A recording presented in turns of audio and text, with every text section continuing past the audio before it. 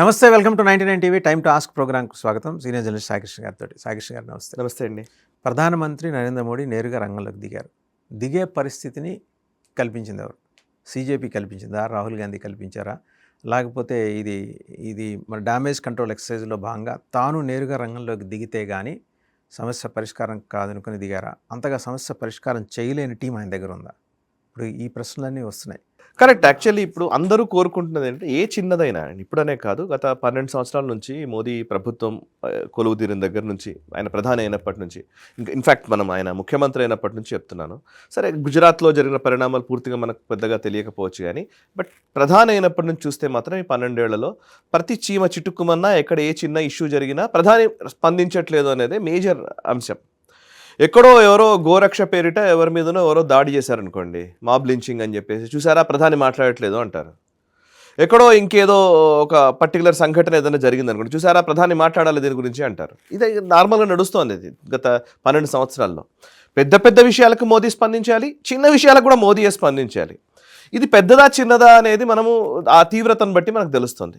సరే, ఇప్పుడు మోదీ స్పందించాలి, మోదీ ఎందుకు మాట్లాడట్లేదని నిన్న రాహుల్ గాంధీ అన్నారు. అంతకు ముందంతా కూడా గత నెల రోజుల నుంచి ఈ పర్టికులర్ ఉద్యమం మొదలైనప్పటి నుంచి కూడా సోనం వాంగ్చుక్ దగ్గర నుంచి ఆ కాక్రోచ్లందరూ కూడా మాట్లాడుతున్నది అంటే ధర్మేంద్ర ప్రధాన్ రాజీనామా చేయాలని మాట్లాడుతూ వచ్చారు. ఇవాళ ధర్మేంద్ర ప్రధాన్ రాజీనామా కాదు ఇవాళ మాట్లాడుతున్నది, నరేంద్ర మోదీ రిజైన్ చేయాలని నిన్న రాహుల్ గాంధీ అన్నాడు. ధర్మేంద్ర ప్రధాన్ విద్యాశాఖకి సంబంధించి కాబట్టి ఆయన రాజీనామా చేయాలి. ఇప్పుడు పిల్లలపై, ఈ విద్యార్థులపైన లాఠీ చార్జ్ చేయించింది హోమ్ మినిస్టర్ పరిధిలోకి వస్తుంది కాబట్టి అమిత్ షా రాజీనామా చేయాలి. వీళ్ళిద్దరినీ ప్రేరేపిస్తున్నటువంటి వ్యక్తి మోదీ కాబట్టి మోదీ రాజీనామా చేయాలి. అందరూ రాజీనామా చేస్తే రాహుల్ గాంధీ వచ్చి కూర్చుంటాడు ప్రధాని సీట్లో. అది అంత లెక్క అనమాట. సో ఇప్పుడు మీరు ఏది చేసినా తప్పే, నేను చేస్తే మాత్రం కరెక్ట్. ఓకే, సో ఇప్పుడు అందరూ అంటే వీళ్ళను ఓడించడం కుదరట్లేదు కదా రాహుల్ గాంధీకి.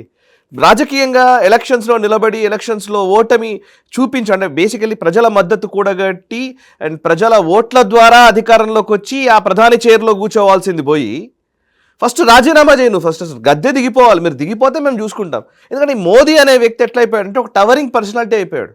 భారతదేశంలోనే కాదు, ప్రపంచవ్యాప్తంగా గ్లోబల్ అప్రూవల్ రేటింగ్స్లో మోదీ టాప్లో ఉన్నాడు. ఎక్కడో 60-70% అప్రూవల్ రేటింగ్స్ ఉంది గ్లోబల్ అప్రూవల్ రేటింగ్స్లో. డొనాల్డ్ ట్రంప్కి 30% కిందకి దిగిపోయాడు. సో ఓకే, నెక్స్ట్ ఎవరు లేరు. యూకేలో 7 ప్రధానులు మారారు, అమెరికాలో 4 రాష్ట్రపతులు మారారు, అధ్యక్షులు మారారు. అన్ని దేశాల్లో రెజీమ్ చేంజ్ జరుగుతోంది. ఈ ప్రపంచం మొత్తంలో రెజీమ్ చేంజ్ జరగకుండా ఉన్నది ఎవరు అంటే కనుక కింగ్డమ్స్ ఎక్కడైతే ఉన్నాయో అక్కడ, సౌదీ అరేబియా లేకపోతే UAE ఇట్లాంటి దేశాల్లో. ఇంకోవైపు కమ్యూనిస్టు దేశమైనటువంటి చైనాలో అధ్యక్షుడు మారలేదు, రష్యాలో అధ్యక్షుడు మారలేడు, మోదీ మారలేదు. అతిపెద్ద ప్రజాస్వామ్య దేశంలో ప్రధానిగా కంటిన్యూస్గా ఎన్నికవుతూ వస్తూ ఉన్నాడు నరేంద్ర మోదీ. సో ఈయన గ్లోబల్ అప్రూవల్ రేటింగ్స్ అందుకు ఎక్కువ ఉన్నాయి, పెద్దగా మంచి అప్రూవల్ రేటింగ్స్ ఉన్నాయి. సో ఇప్పుడు మోదీని మనం దించేయాలి. మోదీని దించాలంటే అధికారికంగా కుదరట్లేదు, రాజకీయంగా కుదరట్లేదు, ఎలక్షన్స్ ద్వారా కుదరట్లేదు. సో దానికి ఏం చేయాలి? సో ఇట్లాంటి ఒక అనేక ఉద్యమాలు, నిరసనలు, వీటి ద్వారా మెల్లిగా ఒక ప్రభుత్వ వ్యతిరేకతను బిల్డ్ చేసి చేయడం. మీరు వాసు గారు చూడండి, మీరు మొన్న విజువల్స్ అన్నీ చూస్తూ ఉంటే అక్కడ విద్యార్థి ఉద్యమంలో వస్తున్నటువంటి విజువల్స్ చూడండి, అక్కడ మాట్లాడుతున్న వాళ్ళ భాష చూడండి. మీరు వాళ్ళ భాషను చాలా స్పష్టంగా మీరు అబ్జర్వ్ చేయండి. వాళ్ళు ఏం మాట్లాడుతున్నారో అర్థమవుతుంది. నినాదాలు చూడండి, దుర్భాష నినాదాలు చూడండి, ఆజాదీ నినాదాలు. వాడు స్టూడెంట్ అనా అంతే, ఒకడెవడో అసలు మరీ దారుణంగా చెప్పడానికి కూడా వీల్లేదు. అదే పల్లె ఏది సీట్లు తీసుకున్న వాళ్ళ తల్లులు చెల్లెళ్ళు వెళ్ళి మోడీతో అని చెప్పి మాట్లాడుతున్నాడు. మోదీ తల్లి గురించి దుర్భాషలాడుతూ తిడుతున్నాడు కెమెరా ముందట. ఇంకా చెప్పాలంటే మర్మాంగాలు చూపిస్తున్నారు. ఒకటి వీడియోలో అక్కడ పోలీసుల మీద పెప్పర్ స్ప్రేలు కొడుతున్నారు. పోలీసులు దాడి చేయాలి మీరు అని చెప్పి పర్సనల్ వెళ్తుంటాయండి, కాలు అడ్డం బట్టి ఆయన పడిపోతే ఆయన్ని తొక్కి లాక్కుని వెళ్ళే ప్రయత్నం చేశారు. ఒక జర్నలిస్ట్ మీద, అమ్మాయి మీద, మహిళా జర్నలిస్ట్ మీద ఆమెను ఎంత దారుణంగా ఆమెను హెక్కల్ చేశారు. ఆమెను ఇట్లా పట్టుకొని ఆమెను బయటకు నెట్టేసి ఎవరు మాట్లాడినా మీరు గోధి మీడియా. ఇన్నాళ్ళు వీళ్ళ ఉద్యమానికి సపోర్ట్ చేసిన ఈ మలయాళీ ఛానల్స్ ఉన్నాయి కదా, అవును, వాళ్ళు మలయాళీ న్యూస్ పేపర్స్, వాళ్ళని కనాట్ ప్లేస్లో వాళ్ళ మీద దాడి చేశారు వీళ్ళు. అవును, వాళ్ళకి వాళ్ళు తెలిసి వచ్చింది. అలాగే ఉంటుంది. అంటే వాళ్ళకి తెలిసి కూడా రాదు. ఇప్పుడు నా ఉద్దేశం ఏంటంటే, ఎందుకంటే ఇది జరగాలని కోరుకుంటున్న వాళ్ళే ఎక్కువ. అంటే ఈ రక్కసు ఉండాలి, ఇలాంటి ఒక అస్థిర వాతావరణమే క్రియేట్ కావాలి. అయ్యో చూసారా ఎంత దారుణమైన స్థితి ఉంది అనిపించేలాగా, అంటే వాళ్ళకున్న 12 సంవత్సరాల నుంచి ఉన్న అక్కస్ ఇది. ఆ 12 సంవత్సరాల అక్కస్లో ఇప్పుడు మీరు చూస్తే జేఎన్యూలో నినాదాలు, కాక్రోచ్ పార్టీ జంతర్ మంతర్ దగ్గర కూడా అవే నినాదాలు, ఆజాదీ నినాదాలు, అఫ్జల్ గురించి మాట్లాడాలి, ఉమర్ ఖాలిద్ ఏం మాట్లాడాడో, షార్జీల్ ఇమామ్ ఏం మాట్లాడాడో, ఇప్పుడు జేఎన్యూలో కన్హయ్య కుమార్ గతంలో ఏం మాట్లాడాడో ఇప్పుడు అదే అక్కడ మాట్లాడుతున్నారు. వీళ్ళు ఎక్కడ విద్యార్థులండి? వీళ్ళు ఎట్లా విద్యార్థులు అవుతారు అసలు? అండ్ వీళ్ళు మాట్లాడుతున్న భాష, వాళ్ళ ఆలోచనలు, వాళ్ళ భావజాలము బ్రాహ్మణవాది, మనువాది. మీరు ఇవన్నీ రాహుల్ గాంధీ అంగీకరిస్తున్నారా? గోధి మీడియా ఎవరు మాట్లాడినా వినం మేము, అంతే. మీరు ఏది మాట్లాడినా మా ఇష్టం వచ్చింది మేము మాట్లాడతాం, అంతే. మా ఇష్టం వచ్చింది మేము మాట్లాడతాం. ఈ టైంలో మనం we need to elaborate as to how many times paper leaks took place across the country in the recent past. మరి ఇందిరాగాంధీ సమయం నుంచి కాకపోయినా ఒక 10 ఏళ్ళ నుంచి అక్కడ ఏ ప్రభుత్వాలు ఉన్నాయి, అప్పుడు ఏం చర్యలు తీసుకున్నారు? నేను మొత్తం డీటెయిల్డ్ ఇన్ఫర్మేషన్ చెప్తాను. ఇప్పుడు మనం మాట్లాడుతున్నది ఏంటి? పేపర్ లీక్ గురించి మాట్లాడుతున్నాం, నీట్ ఎగ్జామ్ లీక్ అయిన వ్యవహారం గురించి మాట్లాడుతున్నాం కదా. క్రోనాలజీ నేను చెప్తాను.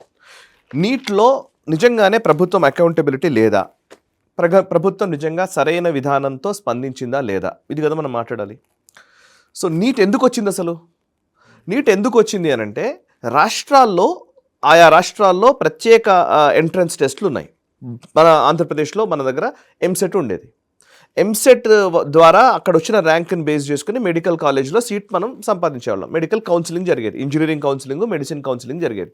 మీరైనా నేనైనా మనం అందరం అవి చేసిన వాళ్ళం. బేసిక్ నేను ఇంజనీరింగ్కి వెళ్ళాను, మెడిసిన్కి చాలామంది వెళ్ళిన వాళ్ళు ఉన్నారు. సో అదేంటి, ఆ రాష్ట్రంలో ఉన్నటువంటి మెడికల్ సీట్లకు సంబంధించిన కౌన్సిలింగ్ నిర్వహించే బాధ్యత, ఎంట్రన్స్ టెస్ట్ నిర్వహించే బాధ్యత రాష్ట్ర ప్రభుత్వం దగ్గర ఉండేది. మోదీ అంటే అప్పుడు అంతకుముందు ఏంటంటే, ఒక విద్యార్థి, ఇప్పుడు నేనే ఉన్నాను, ఎవరైనా మన పిల్లలు ఎవరైనా ఉన్నారనుకోండి, మెడిసిన్ చదవాలంటే నిజంగా పాత పద్ధతిలో అయితే ఏం చేయాలి, ఇక్కడ ఒక ఎంట్రన్స్ టెస్ట్ రాయాలి. ఇక్కడ సీట్లలో మనకు వస్తుందో రాదో తెలియదు. అంటే ఇక్కడ ఒకవేళ రాకపోతే నేను ఇక్కడ ఈసారి రాకపోతే నేను మళ్ళీ నెక్స్ట్ ఇయర్ దాకా వెయిట్ చేయాలి, లేకపోతే ఇంకో 2 ఏళ్ళు రాయాలి. దానికంటే మరి వేరే రాష్ట్రంలో మనం సీట్ సంపాదించాలంటే ఏం చేయాలి అని అంటే, ఆ రాష్ట్రంలో సెట్ రాయాలి, ఎంట్రన్స్ టెస్ట్ రాయాలి. అందులో మళ్ళీ నాన్ లోకల్ కోటాలో నీకు వస్తుంది. లోకల్ ఆ రాష్ట్రానికి సంబంధించిన వాళ్ళకే సీట్ల కేటాయింపు ఉంటుంది. నాన్ లోకల్ కోటాలో నువ్వు అక్కడ తీసుకోవాలంటే చాలా కష్టతరమైనటువంటి అంశం. ఇప్పుడు కూడా లోకల్ నాన్ లోకల్ ఉంది, ఇప్పుడు ఈవెన్ నీట్ తర్వాత కూడా, బట్ కొంచెం మినిమలైజ్ అయింది. అంటే నేను ఇప్పుడు ఇక్కడ చదువుకున్నవాడిని, నేను అన్ని 40 టెస్టులు ఉండేవండి ఇదివరకు. అన్ని రాష్ట్రాలకు ఒక టెస్ట్ సెట్ ఉండేది, ఒక ఎంట్రన్స్ టెస్ట్ ఉండేది. ఇన్ని టెస్టుల కోసం నేను ప్రిపేర్ అవ్వాల్సిన అవసరం లేదు, ఇన్ని ఎగ్జామ్స్ రాయాల్సిన అవసరం లేదు. ఒకటే ఎంట్రన్స్ టెస్ట్ నీట్ రాస్తే సరిపోతుంది. ఐఐటీకి ఎట్లాగైతే జేఈకి రాస్తామో మనము, అట్లాగే ఒక ఎగ్జామ్ రాస్తే ఏ ఐఐటీలోనే జాయిన్ కావచ్చు కదా. ముంబై ఐఐటీలోనా, ఖరగ్పూర్ ఐఐటీలోనా, లేకపోతే చెన్నై ఐఐటీలోనా, ఎక్కడో జాయిన్ కావచ్చు కదా. అట్లాగే ఇది కూడా మెడికల్ కాలేజీలకు సంబంధించి నీట్ అనే దాన్ని తీసుకొచ్చింది ప్రభుత్వం, మోదీ ప్రభుత్వం తీసుకొచ్చిన తర్వాత దీనికి నేషనల్ ఎలిజిబిలిటీ నీట్ అనే ఎగ్జామ్ తీసుకొచ్చిన తర్వాత national entrance eligibility NET form చేశారు, ఎన్టీఏ ఫామ్ చేశారు, నేషనల్ టెస్టింగ్ ఏజెన్సీ ఫామ్ చేసి ఆ టెస్టింగ్ ఏజెన్సీ ద్వారా ఈ పర్టికులర్ ఎగ్జామ్స్ నిర్వహించే విధంగా ఒక ఫ్రేమ్ వర్క్ రెడీ చేశారు. అయితే దీంట్లో ప్రాబ్లం ఏంటంటే, ఇందులో వచ్చిన ప్రాబ్లం ఏంటంటే, మామూలుగానే మనం ఇంటర్మీడియట్ చదువుకునే విద్యార్థులు జేఈకి ప్రిపేర్ అవుతారు, ఇప్పుడు నీట్కి ప్రిపేర్ అవుతారు కదా.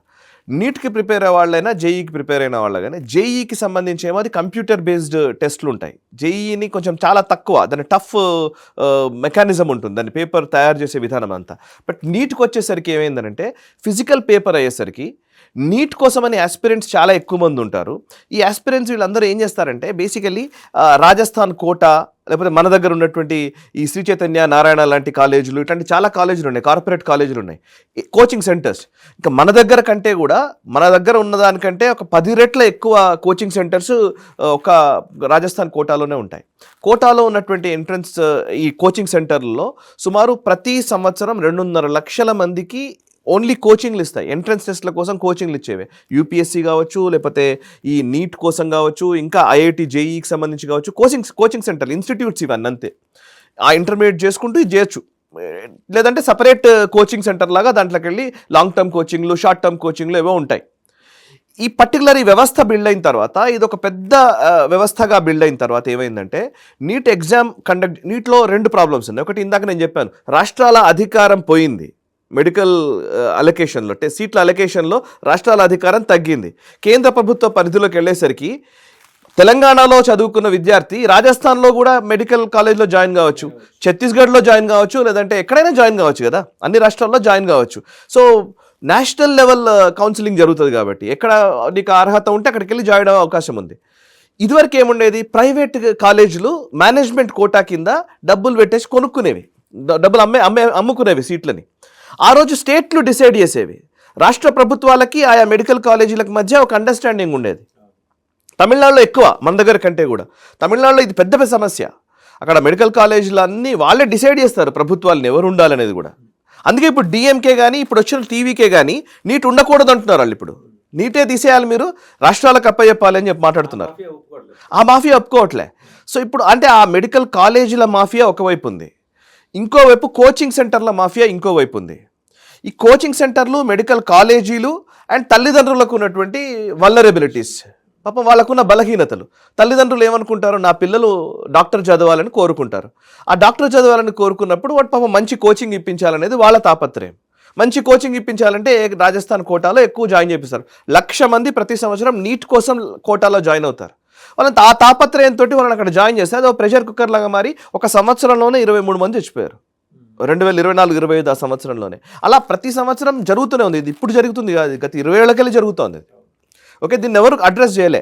నరేంద్ర మోదీ ప్రభుత్వం ఏం చేసిందంటే పోయిన సంవత్సరము ఈ నీట్ కోచింగ్ కోసం అని చెప్పి వస్తున్న వాళ్ళు కోటాలో కోచింగ్ సెంటర్ల పేరిట ఒక పెద్ద ఎత్తున ఇండస్ట్రీ నెలకొంది అని చెప్పి దీంట్లో గైడ్ లైన్స్ తీసుకొచ్చారు. మినిస్ట్రీ ఆఫ్ ఎడ్యుకేషన్ కొన్ని గైడ్ లైన్స్ ఇచ్చింది. అంటే ఎక్కువ మందిని జాయిన్ చేసుకోకూడదు, ఎంతమందిని జాయిన్ చేసుకోవాలో ఒక క్యాప్ విధించారు. వాళ్ళ మీద ఎలా వ్యవహరించాలి, వాళ్ళ విద్యార్థుల మీద మానసిక ఒత్తిడి తీసుకురాకుండా ఎలా మీరు కోచింగ్ సెంటర్లు పనిచేయాలి అనే దాని మీద కొన్ని గైడ్ లైన్స్ తీసుకొచ్చారు, ఉత్తర్వులు తీసుకొచ్చారు. ఓకే, ఆ ఉత్తర్వులని బుట్టదాఖలు చేస్తారు వీళ్ళు, పట్టించుకోరు. ఓకే, అండ్ అది కాక ఇప్పుడు ఈ కోచింగ్ సెంటర్లు ఏం చేస్తాయి, మా ఇన్స్టిట్యూట్లో ఈ పర్టికులర్ విద్యార్థిని జాయిన్ చేశారనుకోండి, జాయిన్ చేస్తే వాడికి సీట్ రావాలి కదా, ర్యాంక్ రావాలి లేదంటే సీటు రావాలి.